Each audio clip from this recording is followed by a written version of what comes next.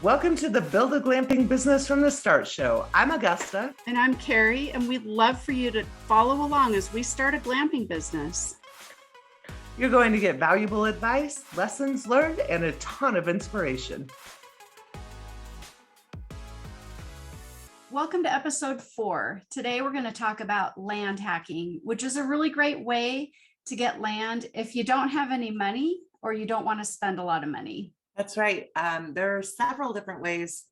Okay, maybe not several, but there's at least a few different ways that you can use land without purchasing, or you can find less expensive land. But the land hacking, it really is using somebody else's investment to procure yours. Mm-hmm.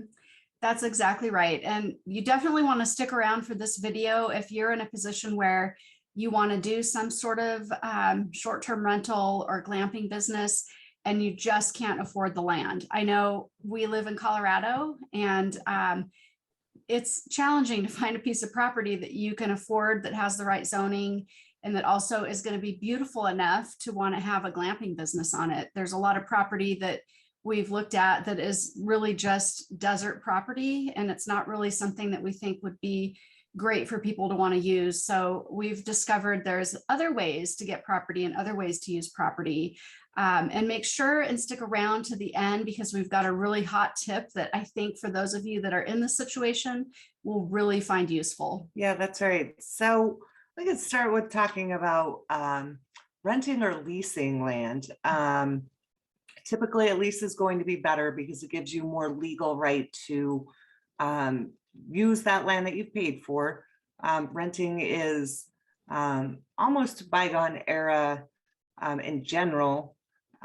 Mostly bigger companies are going to do that. And if you're looking to save money, you probably don't want to do something that's going to be month to month, that they could end very quickly.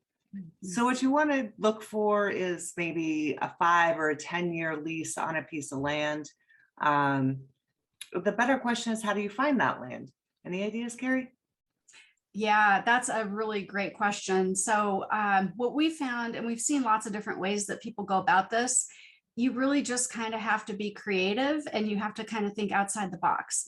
So what you're looking for is you're looking for properties that people have that they're currently using. Typically, they already are using them for something else. It could be something like cattle grazing. It could be along those same lines, a ranch. It could be an outfitter, somebody that's already using a large tract of land and maybe doesn't have, a need to use the whole piece of property. And maybe they really do have a section that they would be happy to lease out to you. So you got to think outside the box. Seen ads on Craigslist for property, people that are looking to do something like this or something along these same sorts of lines. You can write letters. You can get a lot of information from the county about who owns the property. The county is not going to have a phone number for you, and they're not going to have an email address. They will have a name of who owns the property though, and they will have an address. So be brave and just write a letter from your heart and tell them what it is that you're wanting to do. And maybe you might be a perfect fit for, whatever it is that they're currently using that land for. Yep, and it's mutually beneficial. And if you can approach it from that business aspect of, you have this land, you're paying taxes on it already. Let me help you, use it in a more functional way. And pitch your ideas. So one of the things that is very important to Carrie and I is land conservation. So we want to do this and affect the land as little as possible, keep things clean, keep things very natural, without permanent altering of that land for the animals, for the ecocycle, the ecology of the area. So that to us is very important. And I think to most landowners, that's also going to be something that's important. Mm-hmm. You need to just really, think about it. If you want to do a glam site that allows ATVs, UTVs out there, then you need to pitch that so that that landowner isn't all of a sudden going, whoa, you didn't say that you were going to build trails in my property. You didn't say you were going to tear up my field. I still run my cattle out here. Consider, is it seasonal? If it's seasonal, tell them, I only need the lease for summer months, winter months for the, Southerners out there, that, camping's more popular in that October to February range when it's not so hot. You pitch it out there, network with people. There are plenty of ranchers that lease their land to other cattle companies.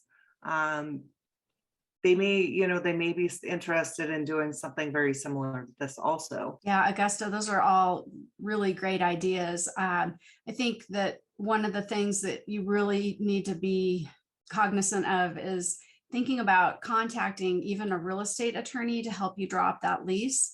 If you're talking with somebody that's already done this, they may already have something that you could use, but you definitely want to have an attorney or somebody knowledgeable about law take a look at that lease and make sure that you're protecting yourself. You want to make sure that you're not putting your business in jeopardy or putting your personal self in jeopardy. So it's really important to make sure that that is all dialed in and that it's all legal.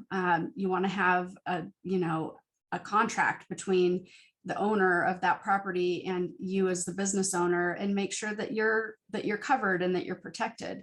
One thing that you definitely don't want to ever assume is that because the landowner tells you, yeah, that sounds great, that'll work fantastic, let's do it. Just because the landowner says that, it doesn't necessarily mean it's legal. Refer back to our last video about permits and zoning. You still need to make sure that the zoning is correct, and you still need to make sure that you get the proper permits. So one thing you should never do is assume that the landowner is saying that it's okay, that it actually legally is. So don't make that assumption. It will bite you. Yeah, absolutely. And, you need to make sure that, like Carrie said, all those legal papers are proper. The worst case scenario that could happen is you go out there, you set up all your equipment, you set up all your furniture, you get everything, get all the permits pulled, all of those things. And suddenly that landowner locks a gate on you and you no longer have access to your equipment, your investment, your assets. You just want to make sure that everything, all the T's are crossed and the I's are dotted, and that you are comfortable with that situation. And in doing that, network out there, find the bigger property owners in areas that you want to do this, and that the county or the city where it is allows it. Again, just, start with that previous video and take a look at how to make sure that zoning is correct. And you could work out a lease similar to the lines of 10% of your gross profit, or something to that effect, so that your cash out payment, your cash outflow right out the door is not as big as what it could potentially be if somebody wants to deposit and paying that lease every single month. If you're not open, if your glamping can't be open year round, you don't want to find yourself paying for those months that you can't even be set up there. So consider all of those factors when you approach somebody to talk to them about it, and go forward with that business plan. Maybe even draw up something like a site map to present. There are all kinds of things that make somebody more comfortable with you leasing their land. But it's really protect yourself. But this is the most cost-effective way. And should your business go belly up, which you would hope not, that you've done your planning and all of those things. But should that happen, at least you're not out that much, especially if you've set up that lease to where it's coming out of your profits. It's a portion of your profits versus a monthly flat rate. So if you're paying $1,000 a month, that's $12,000 a year that you're going to put out there.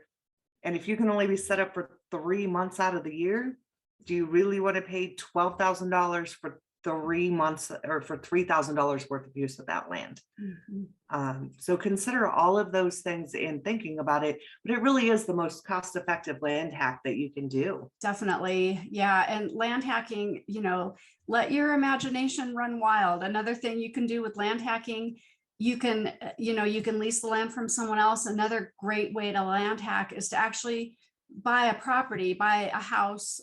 So it doesn't have to be anything fancy. You could even buy a cabin that's on 10 or 20 acres and just live in it. And then you can land hack your own land. So I know people have done that very successfully.